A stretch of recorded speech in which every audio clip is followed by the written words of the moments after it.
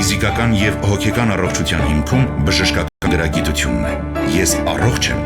երբ տեղեկացված եմ։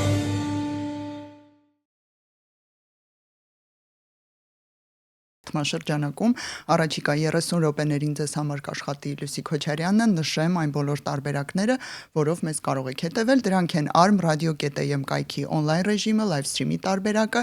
տեսագրություն, ձայնագրությունները տեղադրվում են այս նույն կայքում, ես առողջ եմ բաժնում, եթե բաց եք թողնում ուղիղ եթերը, հնարավորություն կա լրացնելու եւ դիտելու, լսելու մեզ ահա այս տարբերակով ու հրավիրում եմ իհարկե Facebook-յան հարթակ հայտար գրված Հայաստանի հանրային ռադիո Facebook-յան էջ մեզ կրկին դիտելու հնարավորությամբ նաև կարող եք հարցեր թողնել մեկնաբանությունների հատվածում, ես դրանց հետևում եմ եւ հետաքրքիրները կուղեմ մեր այսօրվա հյուրին, իսկ մենք զրուցելու ենք դիմացնոտային վիրաբույժ Աշոտ Օթարյանի հետ, ողջույն բժիշկ։ Ողջույն։ Շնորհակալություն շատ թեմայի առաջարկի համար, այսօր մենք խոսելու ենք օտոպլաստիկայի մասին, ականջների պլաստիկ վիրահատություն եւ հասկանալու ենք թե ինչպես են մարդիկ հայտնվում ձեր սենյակում եւ ինչ խնդիրներով, նաեւ ինչ պահանջներով, ինչ են ուզում փոխել, միայն էսթետիկ պլաստիկային է վերաբերում այս տեսակը վիրահատության, թե նաև կարող է օրինակ առողջական խնդիրներ լուծել եւ այլն եւ այլն։ Եվ այսպես, ինչ է օտոպլաստիկան, եթե մենք լսում ենք կամ հանդիպում ենք այս բառին, ինչ մենք պետք է պատկերացնենք դրա տակ։ Շնորհակալ եմ հրավերի համար։ Օտոպլաստիկան դա ականջների պլաստիկ միջամտությունն է, որը կատարվում է կախված խնդրից, հիմնականում ականջների պլաստիկան ընդհանուր առմամբ ականջների չափի հետ կապված կարող է մեծության, փոքրության հետ կապված լինել, կարող է դիրքի ձևի հետ կապված լինել, այսինքն այն միջամտությունը պլաստիկ, որը կատարվում է ականջների վրա, կարելի է անվանել որպես օտոպլաստիկա։ Այսինքն դուք խեցու ձևից այնտեղ բավականին բարդ կառուցվածք ենք մենք տեսնում, փոսորակներ, բլթակ եւ այլն, ամեն ինչ կարելի է ըստ էության փոխել։ Հա, ամեն ինչ կարող ենք մենք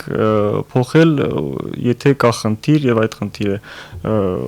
ախտորոշում ենք, ապա հնարավոր է համապատասխան միջամտության միջոցով կատարել ականջի տարբեր կոմպոնենտների միմյանց նկատմամբ բալանսավորում։ Այստեղ նաև ախտորոշում բառն է շատ հետաքրքրական հնչում, որովհետև մենք սովորենք ախտորոշումը որևէ լուրջ առողջական խնդրին վերաբերել եւ ցուցել, սակայն այստեղ մենք կարծես թե քննարկում ենք արտաքին ինչ որ ցուցանիշներ, դիրք, չափ, թեքվածություն, անհավասարություն միգուցե, ինչ կապ ունի այստեղ ախտորոշումը։ Ախտորոշումը բժշկության մեջ ընդհանրապես ախտորոշումը առանցքային եւ ամենագլխավոր դեր ունի հետագա ճիշտ քայլերի հերթականության մեջ, առանց ախտորոշման հնարավոր չէ ստանալ լավ բուժում, ճիշտ բուժում եւ վերջնարդյունքում եւ պացիենտը եւ բժիշկը իրենց աշխատանքից եւ արդյունքից գոհ չեն լինի, եթե ճիշտ ախտորոշում չլինի։ Անկախ խոսքը վերաբերում է ֆունկցիոնալ վիրահատություններին, թե պլաստիկ վիրահատություններին, ախտորոշումը առաջնային է, քանի որ մենք պետք է բացահայտենք այն պատճառ, այն խնդիրը, որը բերել է մեր ընկալմամբ ականջների այդպես խնդրի։ Ականջները, այսպես ասած, ականջների պրոտրուզիան դա մեկ խնդիր չէ, այն մի խումբ խնդիրների դրսևորում է եւ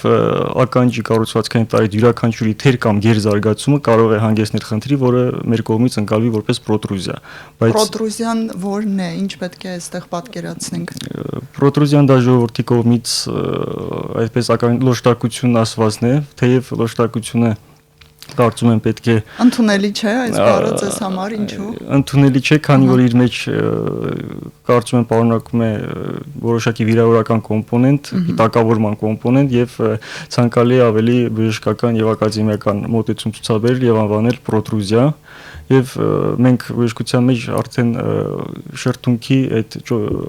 չսերտաճման, այսինքն նապաստակի շրթունքի եւ գայլի երախից արդեն հրաժարվել ենք այդ տերմիններից եւ անցում ենք կատարել քիմքի եւ շրթունքի չսերտաճման,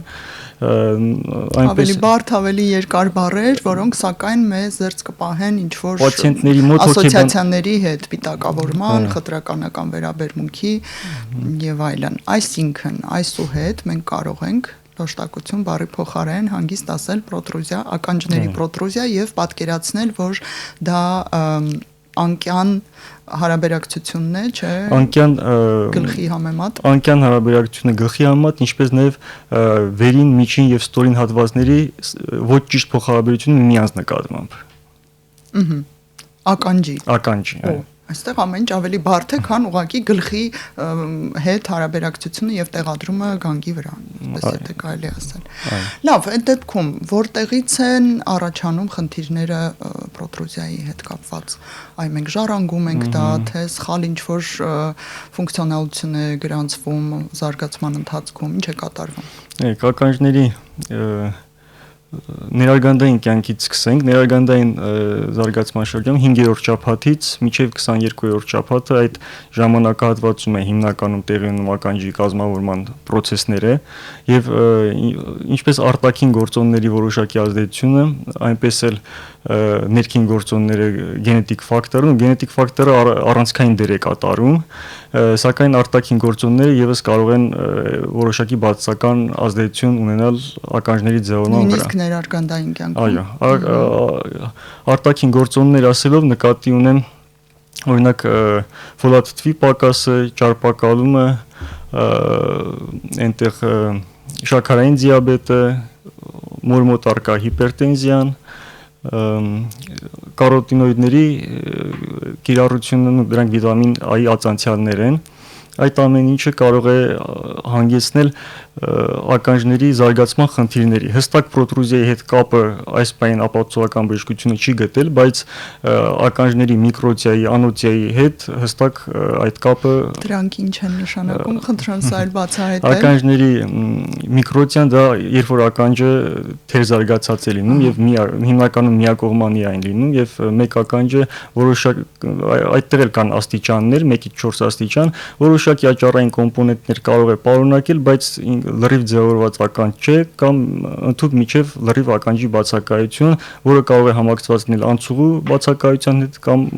այսինքն անցքը ինչը մենք տեսնում ենք արտաքինից կարող է փակ լինել կամ չափերով տարբերվել։ Կարող է ընդգրկել արտաքին, միջին եւ ներքին ականջները, այդ թվում լսողության այդպես ապարատը։ Իսկ ներարգանդային կյանքում տեսանելի են լինում նախապես խնդիրները, հիմա մենք ծնողների համար այս տեղեկությունը փորձենք փոխանցել։ Ինչ վերաբերվում է ականջների այդ միկրոցիային, անոցիային, այդ հնարավոր է նախապես երևում են։ Որոշակի շաբաթներում սկսում են արդեն երևալ, բայց մնացած դեֆորմացիաները, այդպես մանր դեֆորմացիաները կամ այդ պրոտրուզիա եւ այլն, դրանք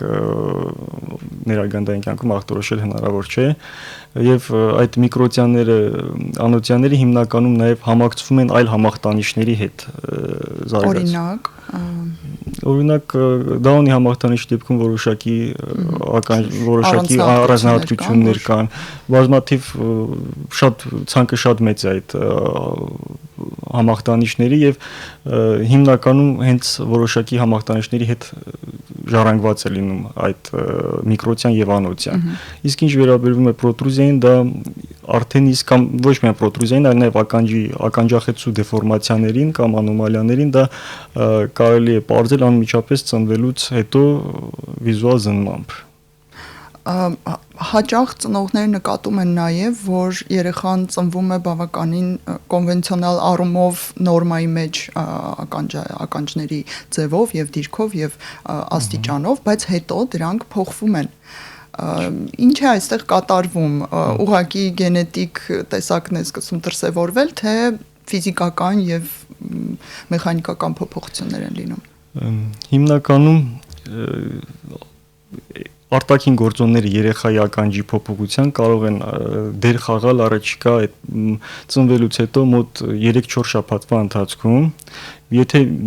մեխանիկորեն մենք ազդենք այդ ժամանակահատվածում ականջի վրա, հնարավոր է որոշակի փոփոխությունների ենթարկվեն։ Սակայն ավելի այդ ձեր նշած շատ լավ օրինակ է, որովհետև հաճախ են հարցնում ծնողները, որ երեխան ծնվեց, ամեն ինչ նորմալ էր, հետագայում հիմնականում եթե նման խնդիրներ առաջանում են, մինչև արդեն երրորդ տարում արդեն ի հայտ են գալիս խնդիրները 6 ամսում մի փոքր ավելի նկատելի են դառնում, մի տարում 3 տարեկանում կարելի արդեն գնահատել ականջները կփոխեն իրենց դիրքը թե չէ։ Հիմնականում 3 տարեկանում արդեն փոխած են, դա ավելի քիչ տոկոս է իրականում կազմում, հիմնականում ժառանգակ արդեն իսկ ծնվելուց հետո պարզ է լինում, որ կա խնդիր որոշակի եւ ականջների դեֆորմացիաները վաղ հայտնաբերված, երբ որ մենք տեսնում ենք, իրենք կարող են երբեմն ինքնաուղում տեղի ունենալ մինչև 3 տարեկան, ինչպես հնարավոր է հակառակ խնդիր չլինի եւ 3 տարեկան։ Դրա համար եք սպասում մի տեսակ նշաձողային թիվ է, հա, սպասել մինչև 3 տարեկանը։ 3 տարեկանը արդեն ի հայտ է գալիս խնդիրը, բայց վիրահատության տեսանկյունից 5 տարեկանից նոր ցանկալի է վիրահատել, որ մաքսիմում արդեն ականջախեցին ձևավորված լինի։ Սովորաբար դա կլինի աչքերի վերաբերյալ քթի կամ ընդհանրապես դեմքի հետ կապված տարբեր խնդիրների, նույնիսկ ատամների ուղումը սպասում են ավելի մեծ տարիքի։ Այստեղ ինչու է խորհուրդ տրվում օրինակ 5 տարեկանում արդեն իսկ միջամտություն անել, եթե երեխայի օրգանիզմը դեռ զարգանում է, դեռ վերջնական ձևավորված չէ։ Մոտ 90%, 85-90% ականջի կառուցվածքը արդեն 5 տարեկանում լիարժեք ձևավորված է, որոշակի չափի փոփոխություններ տարիքի հետ կրում է երեխան, բայց դա շատ աննշան փոփոխություններ են եւ որևիցե կերպ վիրահատությունը չի ազդում հետագա աճի կամ երբ արդեն կառուցվածքը լիարժեք ձևավորված է, այսպես ասած, դրանից հետո վիրահատությունը չի խանգարում նրա հետագա աճին։ Իսկ միջ այդ եւ աճառն է ավելի ավելի թույլ, ավելի փխրուն, այո, եւ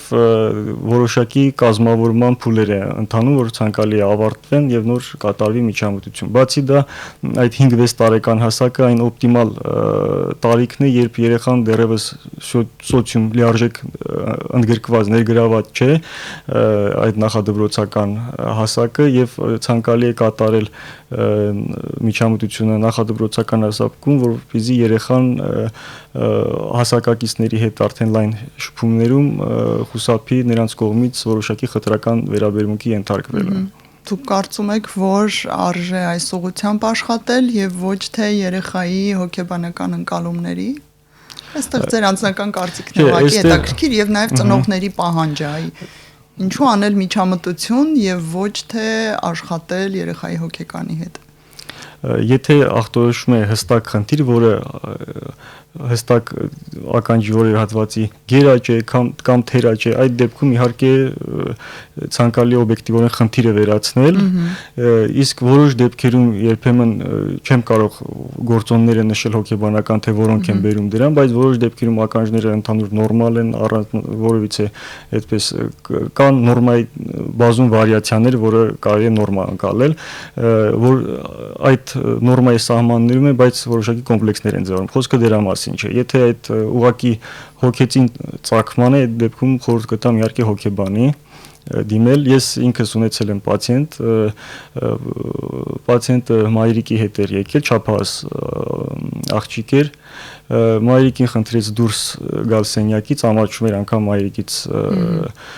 դուրս գալ եւ ականջները ցուցադրելուց հետո անգամ հայացքը կոնտակտ չկար հայացքների, ամոթխած, այդպես հավաքվում են այդ բարդությունները, բայց իրականում որևից ինքը ընդամենը նորմայի վարիացիա էր եւ ոչ մի այնտեղ խնդիր չկար վիրահատությանն ու որթեցի հոգեբանի հուսով եմ կարողացել են աշխատել եւ դրական եթե չվերացնել այդ կոմպլեքսը գոնե թե մեղմել։ Այսինքն այստեղ ոչ միշտ եք դուք իրականում վերցնում վիրահատության, կարող են լինել դեպքեր, երբ դուք ցուցում եք ավելի աշխատանք հոգեկան։ Իհարկե, եթե խնդիրը չի ախտորոշվում, հստակ չեմ տեսնում եւ այդ մի կոմպոնենտը որ օբյեկտիվ հիմք ունի եւ մյուսը երբ պացիենտը ճիշտ չի պատկերացնում միջամտության արդյունքները, ճիշտ չի պատկերացնում թե ինչ պետք է անել։ Այդ դեպքում իրականում պետք է պացիենտների մոտ ճիշտ սպասումներ ձևավորեն, եթե ձևավորված չեն, մենք ինքներս աշխատենք այդ ուղղությամբ, որ ճիշտ ձևավորվեն սպասումները, որպեսզի կարողանան արդյունքից եւ իրեն գոհ լինեն եւ ճիշտ աշխատանք կատարվի։ Ինչին են վերաբերում այդ գերագնահատված սպասելիքները եւ ինչ դուք չեք կարող օրինակ ապահովել օտոպլաստիկայի սահմաններում, որը հետո զարմանք կամ օրինակ դժգոհություն կարող է առաջացնել։ Նայեք, օրինակ այդ տրավմայի արդյունքում ականջները, այդ ըմբշամարտիկների եւ այլն այդ կոտրված ականջները, որոնք այդ դեպքում իհարկե որոշակի միջամտություններ հնարավոր է անել, որը կբերի վիճակի լավացման, բայց բերել սկզբնական արդյունքի ոնց եղել է ականջները նախքան այդ խնդիրը, այդ դեպքում սպասելիքները պետք է իրատեսական են։ Բարելավում կլինի, բայց այդ լիարժեք նախնական վիճակը չի կարող լինել։ Նույնը միկրոցյանների պարագայում է, երբ որ ականջը բացակայում է, այնտեղ կողաճառով ականջի կարկաս է հավաքվում, տեղադրվում եւ դրա նպատակը խիստ արտահայտված ասիմետրիան շտկելն է եւ ականջի կոնտուրները վերականգնելը, բայց հայլանման պատկեր մյուս ականջի ստանալ հնարավոր չէ եւ եթե մարդու սպասումները, ծնողի սպասումները ավելին են եւ իրականությունից հեռու են, դրա այդ դեպքում պետք չէ։ Թվային տեխնոլոգիաները ձեզ օգնում են վերջնական մոտավոր պատկեր ստանալու եւ ցույց տալու ու այսպիսով գոնե հարթելու այս սպասելիքների հետ կապված հակասությունները։ Ի տարբերություն օրինակ քթի պլաստիկայի, որը երկու հարթության մեջ հնարավոր է ցույց տալ կողքից, ականջը ունի բարդ եռաչափ կառուցվածք եւ հստակ ցույց տալ այդպես համակարգչային տեխնոլոգիաների միջոցով հնարավոր չէ, սակայն տեղում այդպես ձեռքով պահելով պացիենտը որոշակի պատկերացում ստանում է, իհարկե նախքան միջամտությունը հայլու մեջ նայելով, քննարկելով, բայց որպես այդպեսին թվային այդպես տարբերակով այդ հնարավորությունը չունենք։ Ճիշտ այնինչ ցույց է տրվում, այսպեսի հնարավորություն չկա։ Ստոմատոլոգները լավ օգտվում են, այո, այլ հատվածներ էլ բավականին օգտվում են։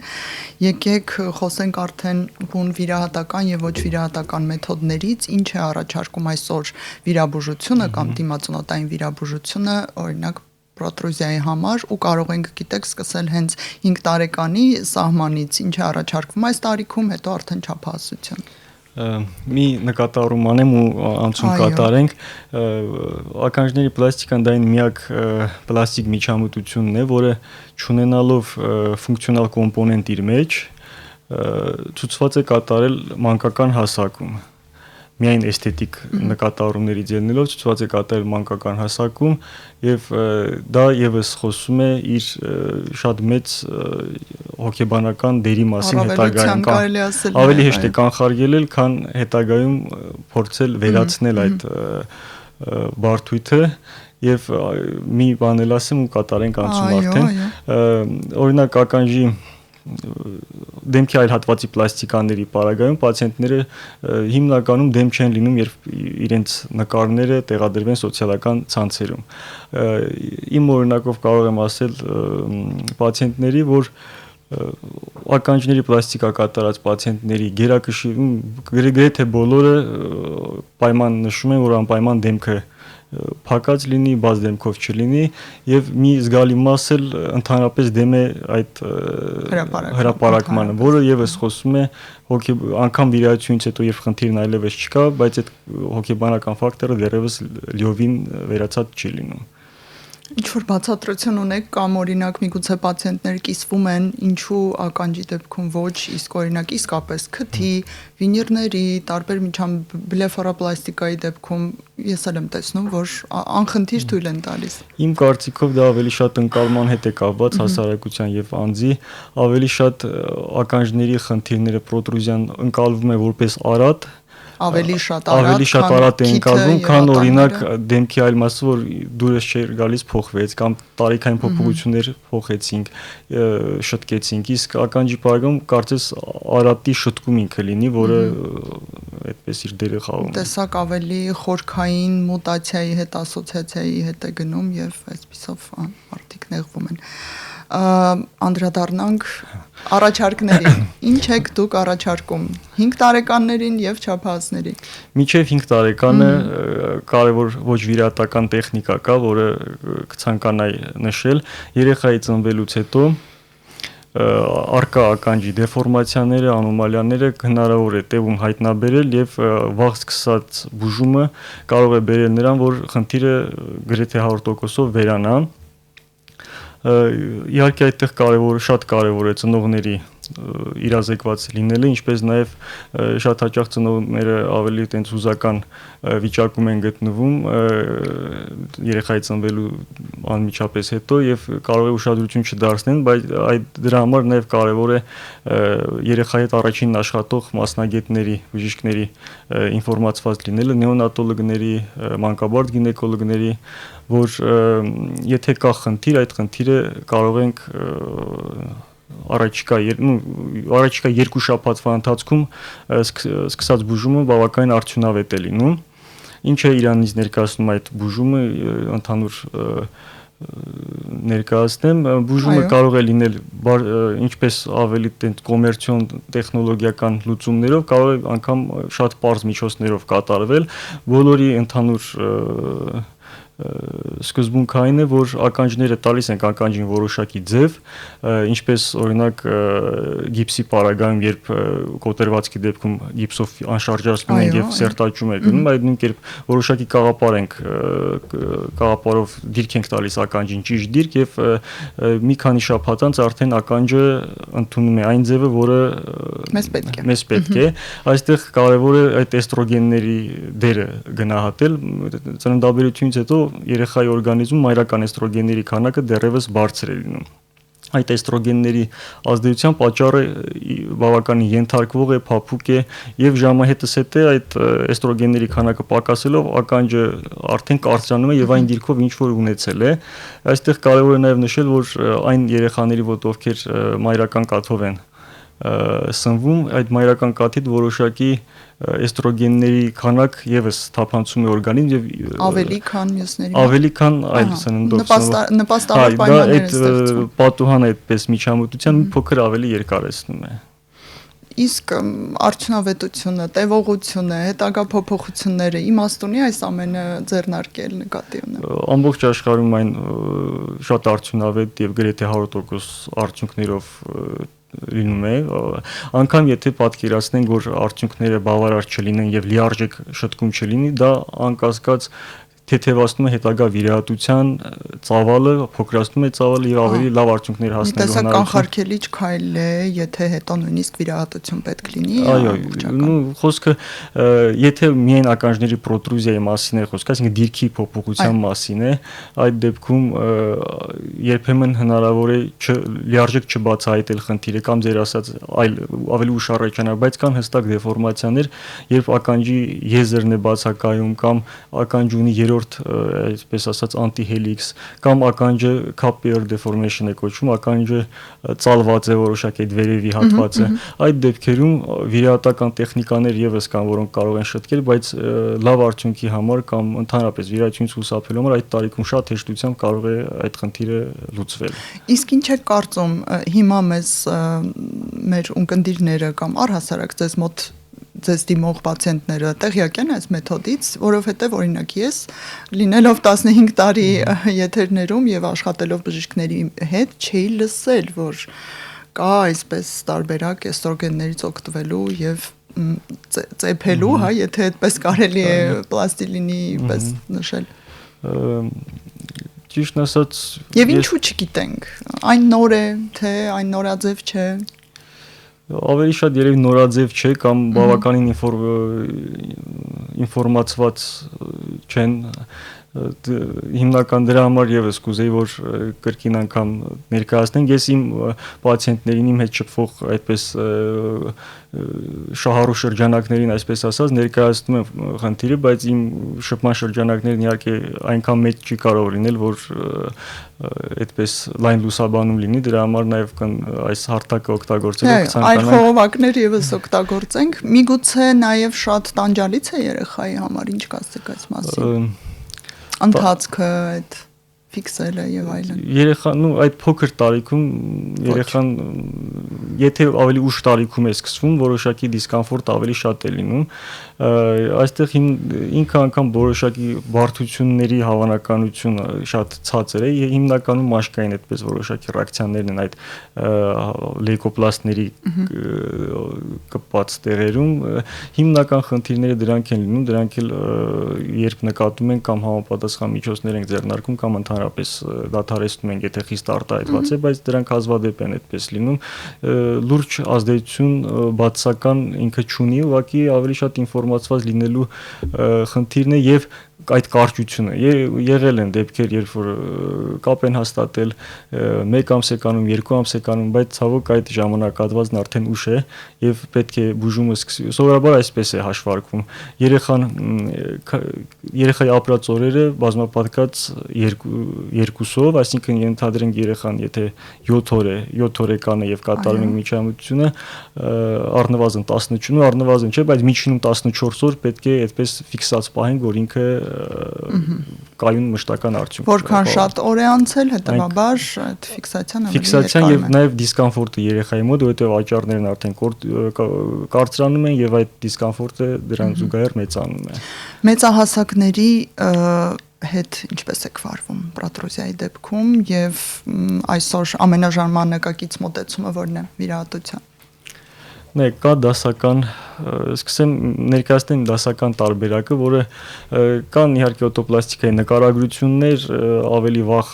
ժամանակահատվածին վերագրվող, բայց հիմնական բժշկական, գիտական, այդպես հիմնավորված որպես այդպիսին վիրահատություններ առաջարկվել են 1963 թվականին, դա անտիհելիքսի հիպոպլազիայի շտկման միջամտություններ, ինչ է անտիհելիքսի հիպոպլազիան, դա որ սկզբում նշեցի ականջի տարբեր կառուցվածքային տարերի փոփոխությունը խնդիրը կարող է բերել մեր մոտ մի վիճակի, որը կընկալվի որպես պրոտրուզիա։ Եթե ականջի վերին 1/3-ում է խնդիրը, այսինքն ընդհանուր ականջը նորմալ է, վերին 1/3-ը շատ այդպես դուրս է կամ արտահայտված է, այդ դեպքում հիմնական խնդիրը լինում է անտիհելիքսի վերին եւ ստորին ոտիկների հետ, դա անտիհելիքս ասված այդ հակապարույրն է ականջում գտնվող, մյուսը դա միջին հատվածն է, որը ականջախեցին է, երբ որ միջին 1/3-ն է արտափքված լինում, արտահայտված լինում, եւ արդեն կա բլթակի արտահայտվածություն։ Լինում է, որ այսքանից 3-ն էլ կամ 2-ն է։ Հիմնականում հենց համակցված է լինում խնդիրը, ուղղակի վիրահատության արդյունքի հիմնական լավ արդյունքի, բնական արդյունքի հիմնական բարդությունը ոչ թե զուտ տեխնիկապես միջամտությունը կատարելն է, այլ այդ ճիշտ փոխհարաբերությունը միմյանց նկատմամբ վերականգնելը։ Այդտեղ ոչ միայն դրան եւ փորձ է պետք, եւ որոշակի էսթետիկ ընկալումներ են պետք։ Եվ արդյունավետությունն ինչպիսին է, արդյոք հարցը լուծվում է մեկ ընդմիշտ, որքան մինչև մարդու կյանքի վերջ օրինակ։ Մի հատ հիմա որ դասական եղանակները ներկայացնեմ,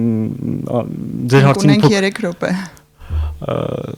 Նայեք, ուրեմն բիոմեխանիկական օտոպլաստիկան դա ավելի ժամանակակից մեթոդն է միջամտության եւ բիոմեխանիկական օտոպլաստիկան ի տարբերություն դասական մեթոդների թույլ է տալիս ստանալ արդյունք, որը այսինքն աճառի հետ ենք աշխատում եւ աճառի դիմադրությունն ենք փոխում։ Աճառի դիմադրությունը փոխելով ականջը ընդունում է իր ձևը բնականորեն առանց որևիցե արտաքին գործոնների։ Մշտական թելեր չեն օգտագործվում, միայն ներծծող թելեր են եւ 6 ամիս անց ականջը օտար մարմին, կարանյութ, որևիցե բան չի լինում եւ այդ 6 ամսից հետո արդյունքը ամբողջ կյանքի համար է, այն ընդհանրապես փոփոխության ենթակա չէ, բայց բժշկության մեջ, պլաստիկայի մեջ որոշակի ռիսկեր կան իհարկե նախքան 6 ամիս։ Այդ հետվիրահատական շրջանում մենք բարբերաբար հսկում ենք, այդտեղ քանի որ աճառները էլաստիկ են, սկզբնական շրջանում հնարավորություն է լինում նաև կատարել որոշակի 1-2 մմ կառեկցիաներ աբադոկի կրման ռեժիմով պայմանավորված 6 ամսից հետո արդյունքները մշտական են, փոփոխության այլևս ենթակա չեն։ Մինչև 6 ամիս կան որոշակի ռիսկեր, որոնք ցածր են ամեն դեպքում։ Այսինքն երբ մենք լսում ենք, օրինակ ես վերջերս հենց վկա եղա այդպիսի գանգատի, որ անցել են տարիներ եւ ես հիմա զգում եմ, որ նորից թեքվածությունը առաջ է գալիս, սա նշանակում է, որ խնդիր է գրանցվել մինչև 6 ամիս, ճիշտ ենք հասկանում։ եթե դասական տարբերակով է միջամտությունն արված, հնարավոր է նաև ուշ այդ վիրատական շրջանում, քանի որ ականջի բիոմեխանիկան չի փոխվում, ականջը զսպանակի նման, եթե մի դիրքով փոխենք, հակազդեցություն միշտ լինում է, եւ այդ ժամանակի ընթացքում կարող է դիրքը փոխել, բայց եթե աճառի բիոմեխանիկան է փոխվել, արդեն այնտեղ ականջային դիրքով է, որով պետք է լիներ, եթե խնդիր չլիներ, այսպես ասած։ Մի հարց, որը ստացել եմ, 1 րոպե ունենք, արդյոք կարող է օտոպլաստիկան ազդել լսողության ֆունկցիայի կամ այլ ավելի առողջական խնդիրների վրա։ Լսողության ֆունկցիայի վրա որպես այդպեսին չի կարող ազդել, սակայն երբեմն որպես դասական եղանակների լիթերություն, եթե ականջախեցին հետ է տարվում, բայց դիմադրությունը չի փոխվում, երբեմն անցուղին կարող է որոշակի նեղանալ եւ զուտ մեխանիկորեն այդպես նեղացման ֆոնի վրա որոշակի այդպես խնդիրներ առաջանան, բայց լսողության օրգանի հետ կապված եւ այլն ուղիղ ազդեցություն չկա։ Ուղիղ ազդեցություն չունի։ Շնորհակալություն, մենք զրուցեցինք դիմացոնոտային վիրաբույժ Աշոտ Օթարյանի հետ, ձեզ համար աշխատեց Լուսի Քոչարյանը, հետաքրքիր է, շնորհակալ ենք այս գիտելիքի համար եւ ցտեսություն բոլորին։ Ֆիզիկական եւ հոգեկան առողջության հիմքում բժշկական գրագիտությունն է։ Ես առողջ եմ, երբ տեղեկացված եմ։